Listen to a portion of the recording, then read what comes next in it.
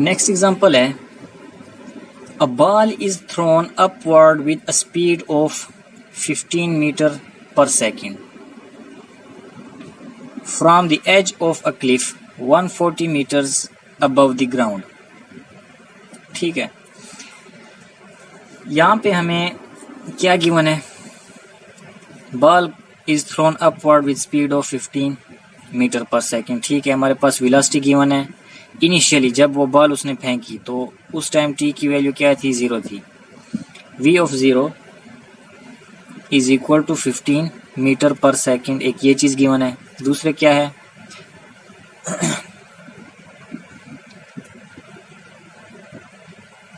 From the edge of a cliff 140 metres above the ground. एक चट्टान है, वहां से उसने किसी बंदे ने बॉल फेंकी है इतनी स्पीड से, और उस चट्टान की जो हाइट थी वो क्या है, 140 मीटर्स है। यानी कि जो उसकी इनिशियल पोजीशन थी जब उसने बॉल फेंकी, जब टाइम एक्शन जब शुरू हो रहा था, जब टाइम हमारे पास क्या था, 0 था, उस टाइम जब इनिशियली उसने बॉल फेंकी तो उसकी पोजीशन जो थी, जो उसकी हाइट थी, वो हमारे पास क्या है, s ऑफ 0, यानी कि जब t 0 था तो उसकी हाइट 140 मीटर्स थी। और जो वेलोसिटी गिवन है वो हमारे पास कितनी है, 15 मीटर्स पर सेकेंड। आगे क्या है, find its height above the ground t seconds later. अब उसने सवाल किया है हमसे कि इसकी जो बॉल है उसकी जो हाइट है, हाइट को हम s से डिनोट कर रहे हैं, तो यहाँ पे भी हम s ऑफ t करते हैं। Above the ground t seconds later, t seconds के बाद हमने क्या करना है, उसकी हाइट मालूम करनी है। s ऑफ 0 पे उसकी हाइट 140 थी, और कुछ टाइम गुजरने के बाद, क्योंकि उसने बॉल ऊपर की तरफ फेंकी है ना, थ्रोन अपवर्ड, तो ऊपर की तरफ फेंके तो उसकी हाइट में थोड़ा चेंज आएगा, तो वो चेंज हमने मालूम करना है कि वो कितना होगा, वो हमें टाइम खुद ही बताएगा, यानी एक फंक्शन हमने फाइंड करना है। When does it reach its maximum height, दूसरा ये है कि उसकी जो मैक्सिमम हाइट है वो हमने देखना है कि मैक्सिमम s ऑफ t की वैल्यू क्या होगी। दूसरा ये है कि when does it hit the ground, कि वो ग्राउंड को कब हिट करेगा, यानी कि s of t is equal to 0 है, ऐसी t की वैल्यू क्या है, हमने वो टाइम फाइंड करना है। व्हेन डज इट, जिस टाइम उसने क्या करना है, और यहाँ पे हम मैक्सिमम में भी हमने क्या करना है, टाइम फाइंड करना है कि किस पॉइंट के ऊपर जाके उसकी जो क्या कहते हैं हाइट है वो मैक्सिमम किस पॉइंट पे होगी, जब कितना टाइम होगा, यानी कि। तो ये मैंने रीराइट कर लिए हैं कि v ऑफ 0 हमारे पास वेलोसिटी गिवन है, उसकी पोजीशन गिवन है, कोई फंक्शन हमें यहाँ पे नहीं दिया हुआ कि फंक्शन क्या है जिसका हमने जो है जिससे हमने शुरू करना है। अब यहाँ पे हमें एक बात पता है ग्रेविटेशन का, कि ग्रेविटेशन क्या होती है, अर्थ का पुल होता है। ठीक है, ग्रेविटेशनल फोर्स जो है उसकी वैल्यू हमें पता है। ग्रेविटेशन जो है असल में क्या होती है, एक्सेलरेशन ही होती है, और उसकी वैल्यू हमें पता है कि वो क्या होती है, फिक्स वैल्यू होती है, 9.8 मीटर्स पर सेकंड स्क्वायर उसकी क्या है, वैल्यू है। अब जब कोई चीज ऊपर से जमीन की तरफ गिरती है तो ये एक्सेलरेशन क्या होती है, पॉजिटिव होती है। लेकिन अगर हम उस किसी चीज को जमीन से ऊपर की तरफ फेंकते हैं तो ये ग्रेविटेशन क्या होती है, नेगेटिव होती है। ठीक है, नेगेटिवली इफेक्ट करती है, क्योंकि कोई भी चीज हम ऊपर की तरफ फेंकते हैं तो उसकी वेलोसिटी जो होती है वो कम होना शुरू हो जाती है। तो वेलोसिटी कम होने का मतलब ये है कि वो चीज क्या हो गई है, डिसेलरेट हो गई है, उसकी एक्सेलरेशन कम हो गई है। वेलोसिटी यानी एक्सेलरेशन उसकी क्या है, नेगेटिवली उसके ऊपर इफेक्ट कर रही है।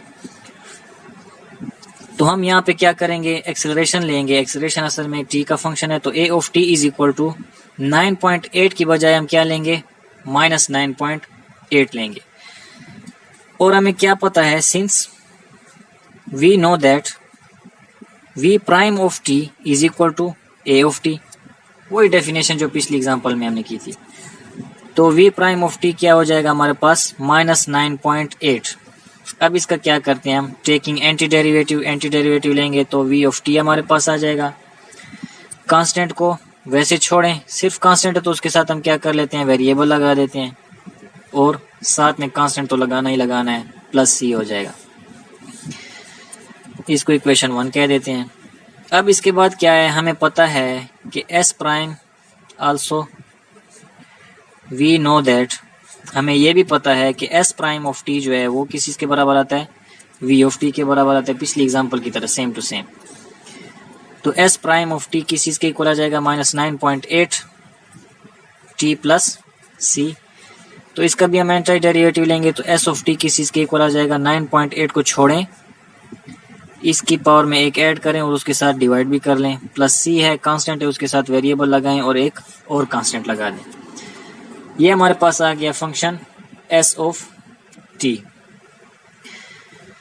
अच्छा, गिवन हमारे पास जो यहाँ पे था, एक तो हमें ये था कि वेलोसिटी गिवन है 15 मीटर्स पर सेकेंड, दूसरी उसकी पोजीशन गिवन है, तो वेलोसिटी की वैल्यू फाइंड करते हैं एट 0। तो ये क्या हो जाएगा, v of 0 is equal to -9.8 into 0 plus C. v of 0 हमें गिवन था 15 मीटर्स पर सेकेंड, तो 15 इज इक्वल टू सी हो जाएगा। ये जो है ना 0 के साथ मल्टीप्लाई होके 0 हो जाएगा। सी की वैल्यू ये आई है, तो वेलोसिटी की वैल्यू क्या हो जाएगी, ये जो फंक्शन है ये हमारे पास बनेगा v of t is equal to -9.8 t plus 15। ये वेलोसिटी फंक्शन बन गया।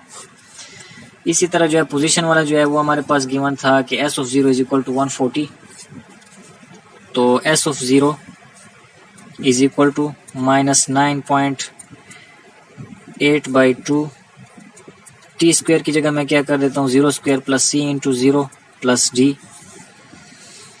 तो ये हो जाएगा s ऑफ 0 140 था, 140 इज इक्वल टू, इसको डिवाइड कर लेते हैं तो ये हो जाएगा -4 बल्कि ये तो सारा 0 ही हो जाएगा, 0 के साथ मल्टीप्लाई होकर ये भी 0 हो जाएगा, प्लस डी आ जाएगा। तो डी की वैल्यू क्या आ गई हमारे पास 140। तो एस ऑफ टी जो फंक्शन है ये हमारे पास रिन्यू होकर क्या हो जाएगा, s of t is equal to -4.9, इसे मैं डिवाइड कर देता हूँ, टी स्क्वायर प्लस सी की जगह क्या है 15 आ जाएगा। सी की वैल्यू हमने क्या किया, अभी फाइंड किया यहाँ पे, ये रही 15, ठीक है 15 टी, और डी की वैल्यू क्या है 140 प्लस 140। ये हमारे पास आ गया एस ऑफ टी जो हमें यहाँ पे फाइंड करना था, ये अब हम फाइंड कर चुके हैं। दो चीज़ें और फाइंड करनी है कि when does it hit the ground, ground को कब हिट करेगी। दूसरी ये है कि when does it reach maximum height, कि ये मैक्सिमम हाइट पे कब पहुंचेगी, टाइम की हमने वो वैल्यूज फाइंड करनी है। When does it reach maximum height, जब मैक्सिमम हाइट पे पहुंचेगी, यहाँ पे मैं लिख देता हूँ मैक्सिमम हाइट। जब मैं किसी बॉल को बिलफर्ज, यहाँ पे वो बंदा ठहरा हुआ है, ठीक है, ये क्लिफ है, इसके ऊपर वो ठहरा हुआ है यहाँ पे, यहाँ से उसने बॉल को ऊपर की तरफ फेंका, तो किसी वेलोसिटी के साथ फेंका होगा, वो बॉल ऊपर जाएगी तो उसकी वेलोसिटी क्या होती जाएगी, कम होती जाएगी, और उसके जो मैक्सिमम हाइट है वो उस पॉइंट के ऊपर उसकी जो वेलोसिटी होगी वो 0 होगी, वो मजीद आगे नहीं जाएगी, वहां से फिर दोबारा क्या होगी, नीचे क्यों गिरेगी, सॉरी, किसी भी टाइम के ऊपर उसकी वेलोसिटी क्या होगी, 0 होगी, वेलोसिटी की वैल्यू 0 होगी।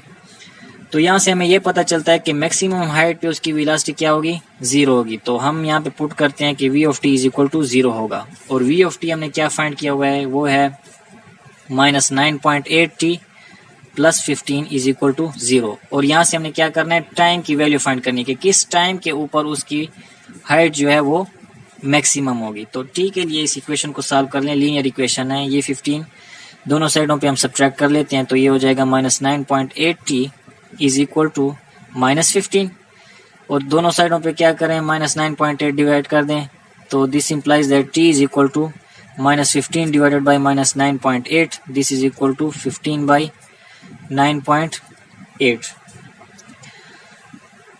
तो इसकी वैल्यू जो है ना तकरीबन 1.53 सेकेंड्स आ रही है, ठीक है। तो 1 पॉइंट यानी 1.5 सेकेंड के बाद वो जो है ना मैक्सिमम हाइट पे पहुंच जाएगी। दूसरा क्वेश्चन था कि when does it hit the ground, कि वो ग्राउंड को कब हिट करेगी, when it hits the ground. Ground को जब हिट करेगी तो जाहिर है जब जमीन पे वो बॉल आएगी तो उसकी जो पोजीशन है वो क्या हो जाएगी, एस ऑफ टी जो है वो क्या हो जाएगा, 0 हो जाएगा। अब तो जहां से उसने फेंक किया वो क्या था, 140 मीटर की हाइट से उसने फेंका, ऊपर गई है, फिर उसके बाद नीचे गिरेगी, यहाँ पे जब आएगी तो उसकी पोजीशन क्या हो जाएगी, 0 हो जाएगी। तो हम एस ऑफ टी की वैल्यू क्या पुट करेंगे, 0 पुट करेंगे। और फंक्शन एस ऑफ टी हमारे पास क्या है, -4.9 T square plus 15 T plus 140 T. तो ये वैल्यू हम वहाँ पे पुट कर देते हैं। एस ऑफ टी था हमारे पास, ये हो जाएगा।